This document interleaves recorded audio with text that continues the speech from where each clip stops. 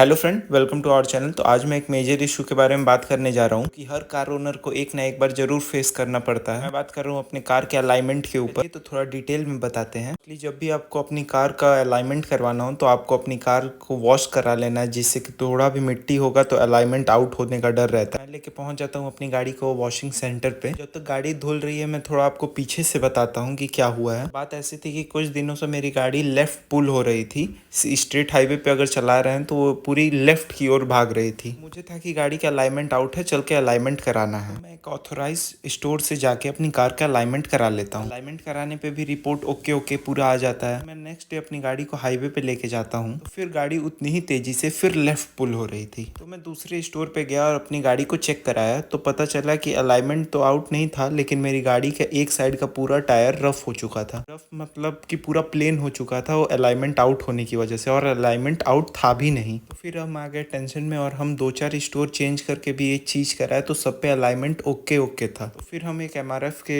Big store पे गए तो उन्होंने कहा सर पहले आप अपनी गाड़ी को फुल डिटेल वॉश करा के लाइए, जिसके बाद हम इसका अच्छे से रोड टेस्ट लेंगे और तभी हम आपको बता पाएंगे कि गाड़ी का अलाइनमेंट आउट है या फिर नहीं। तो फिर क्या, मैं अपनी गाड़ी को लेके पहुंच जाता हूँ वॉशिंग सेंटर पे। अपनी कार को पूरा डीपली क्लीन करवा लेता हूँ, अंदर बाहर के साथ साथ इंजन पे भी। जैसा कि आप सब जानते हैं इंजन में पानी नहीं डाल सकते क्योंकि ईसीयू होता है, जो कि कंपनी क्लेम करती है कि इस पे वाटर से आपको कोई भी डैमेज होने पे कोई भी इंश्योरेंस प्रोटेक्ट नहीं है। फिर क्या, मैं अपनी गाड़ी को अंदर से इंजन से हवा मरवा के और बाहर से पूरा अच्छे से वॉश करा के लेके चल देता हूँ अपनी कार के अलाइनमेंट शॉप की ओर। क्योंकि प्रॉपर अलाइनमेंट ना होने की वजह से गाड़ी जो लेफ्ट पुल हो रही थी उसकी वजह से गाड़ी के जो साइड वॉल होते हैं टायर के वो बहुत तेजी से प्लेन हो रहे थे, जिससे कि कार के टायर ब्लास्ट होने का बहुत ज़्यादा ही खतरा था, जो कि एक समय के बाद बहुत ही डेंजरस हो जाता है। कि आपकी गाड़ी अगर लंबे समय से हाईवे पे रन कर रही है तो उसके टायर जो होते हैं बहुत सॉफ्ट हो जाते हैं, और ऊपर से अगर प्लेन हुए वॉल है तो अगर वो हल्का भी स्टोन उसमें जाता है तो बहुत तेजी के साथ वो ब्लास्ट करेगा। इसकी वजह से एक छोटी सी चीज़ बहुत मेजर रूप ले लेगी। जब भी आपकी गाड़ी के साथ ऐसा कुछ हो रहा हो तो आप उसको ड्राइव ना करें और जल्द से जल्द किसी अच्छे मैकेनिक से उसका चेकअप कराएं। इसकी वजह से हम कोई रिस्क ना लेते हुए अपनी गाड़ी के अंडर बॉडी और टायर में जहां भी मिट्टी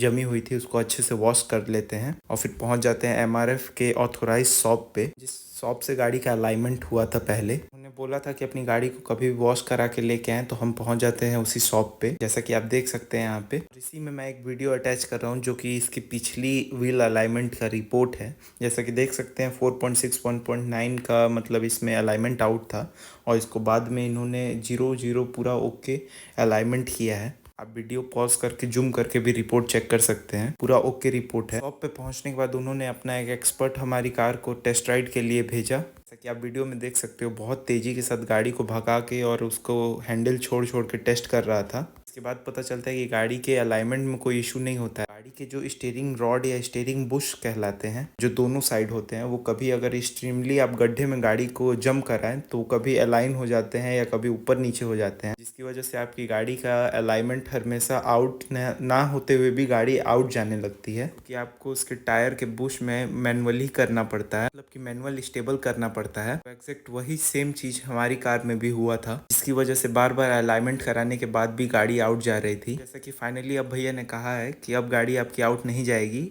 चलिए इसका रोड टेस्ट लेके देख लेते हैं। फिर भैया उसी स्पीड से गाड़ी को दौड़ाते हैं। जैसे कि आप देख सकते हैं एक छोटे से चीज़ करने से गाड़ी का जो स्टीयरिंग होता है वो वापस अलाइन हो जाता है, और देखिए स्टीयरिंग छोड़ने के बाद भी गाड़ी कितना स्टेबल चलने लगती है। देख सकते हैं भैया 80-100 की स्पीड में गाड़ी को दौड़ा के देखते हैं स्टीयरिंग छोड़ के, तब भी गाड़ी एकदम अलाइन जा रही होती है। तो चलिए आप भी इंजॉय करिए इसके कुछ test ride running shots. Alignment करने के बाद इसका क्या हल है।